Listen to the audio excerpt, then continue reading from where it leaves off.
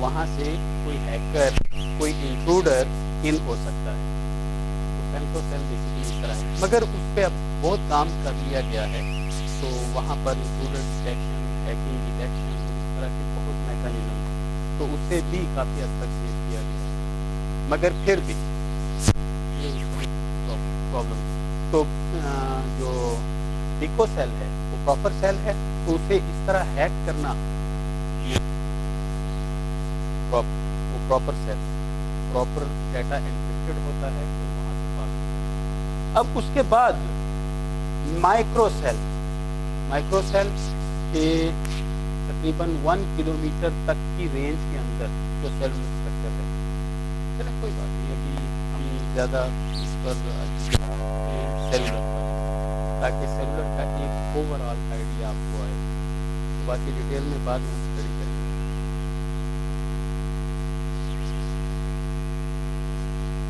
ہاں, سائفرنگ تو وہاں ہی ہوتی ہے, سائفرنگ وہاں ہی ہوتی ہے. اس فیمٹو کے ذریعے صرف یہ کیا جا سکتا ہے کہ ان کو جو سگنلز جا رہے ہیں اس کو کنٹرول کیا جائے. تو اس کے بعد مائکرو سیلولر کے بعد پھر میکرو. تو میکرو ہمارے پاس ایک بڑا جو سیل ہے, آج کل اس کا زمانہ ذرا کم ہو رہا ہے اور اسے صرف اسپیشل پرپزز کے لیے یوز کیا جاتا ہے. ان پرپزز میں سے ایک پرپز امبریلا سیل کا ہے. امبریلا سیل ایسے سیل ہیں کہ فاسٹ جو وہیکلز ہیں تو ان کو فاسٹ وہیکلز کا مسئلہ یہ ہے کہ اگر یہاں سیلولر اسٹرکچر ہوگا, ہمارے پاس یہ سیل ہیں اور یہاں سے ایک موٹر وے اگر گزر رہی ہے تو مائکرو سیلز ہیں سارے. تو مائکرو سیلز تو ود ان 1 کلومیٹر ایک سیل ختم ہو جاتا ہے تقریباً ڈائی میٹر کے اندر, یا 2 کلومیٹر تک ریڈیس اگر 1 کلومیٹر کا ہو. اب یہاں سے اگر ایک یوزر گزر رہا ہے اور اس کی سپیڈ 120 کلومیٹر پر آر کے حساب سے ہے, ظاہر بات ہے کہ وہ وہیکل بار بار ہینڈ اوور کرنا چاہے گا, اور جب ہینڈ اوور آئے گا تو ایم ایس سی پر بہت زیادہ لوڈ آئے گا تھوڑی تھوڑی دیر کے بعد اسے ہینڈ اوور کروانا پڑے گا. تو اس پرابلم کو سالو کرنے کے لیے یہ کیا جاتا ہے کہ ایک مائکرو سیل جس میں ہائیلی ڈائریکشنل اینٹینا لگا ہوتا ہے وہ ٹوٹلی کوریج پرووائڈ کر دیتا ہے اس موٹر. تو ایسے سیلولر اسٹرکچر جیسے حسن ابدال کے اندر لگا ہوا ہے, تو وہاں پر اسی طرح یہاں اسلام آباد ہائی وے کے لیے پی ایچ سے پاس لگا ہوا ہے. تو یہ امبریلا سیل کہلاتا ہے کہ جیسی اسپیڈ ایک خاص لمٹ سے کراس ہوتی ہے تو اسپیڈ کا پتہ چلتا ہے فریکوینسی میں جب ڈاپلر آتا ہے.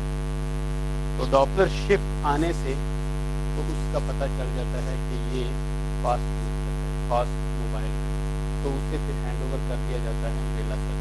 پھر امبریلا سیل کے انڈر وہ چلتا جاتا ہے. تو امبریلا سیل تقریباً 50 کلومیٹر تک ہو سکتا ہے, اس لیے کوئی پرابلم نہیں آتی. اس کے بعد جو کچھ میکرو سیل وہ رورل ایریا میں کوریج دینے کے لیے یوز کیے جاتے ہیں, where high coverage is required but capacity is usually low, کیونکہ یوز لوگ زیادہ نہیں کرتے. تو میکرو سیل وہاں پر. پھر اس کے بعد اگر ہم دیکھیں فیوچر کی کمیونیکیشن کے پوائنٹ آف ویو سے, جب کنورجنس ہو جائے گی آف ڈفرینٹ ہیٹروجینیس سسٹمز کی کنورجنس جب ہو جائے گی, ہیٹروجینیس نیٹورکس, تو اس وقت پھر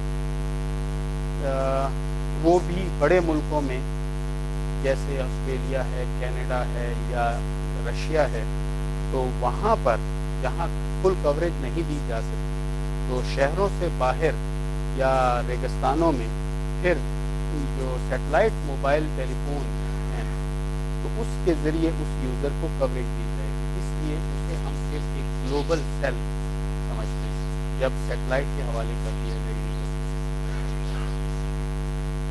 تو یہ تو کچھ چیزیں ہمارے پاس سیلولر اسٹرکچر کے پوائنٹ آف ویو سے. اب ہم ڈسکس کرتے ہیں مینلی کہ جنریشن کا جو ورڈ یوز ہوتا ہے وہ بیسیکلی کن چیزوں پر ڈیپینڈ کرتا ہے. تو ہم ذرا ایک ایک ٹیکنالوجی کو بریفلی ڈسکس کرتے ہیں جسے بعد میں ہم ڈیٹیل میں ڈسکس کریں گے, مگر پھر بعد میں آپ لوگوں کو عجیب نہیں لگے گا جب ہم ڈسکس کریں گے, کیونکہ پھر سلائڈز پر چیزوں کو ذرا تیزی کے ساتھ گزار سکتے ہیں. تو سب سے پہلے جو پہلا سیلولر سسٹم دنیا میں سیلولر اسٹرکچر, اس سے پہلے موبائل ٹیلی فون سسٹم موجود تھے, ایم ٹی ایس. تو ایم ٹی ایس میں ایک بڑا بیس اسٹیشن جسٹ سٹی سینٹر میں ہوتا تھا اور وہ کوریج دیتا تھا سٹی کی باؤنڈری پر.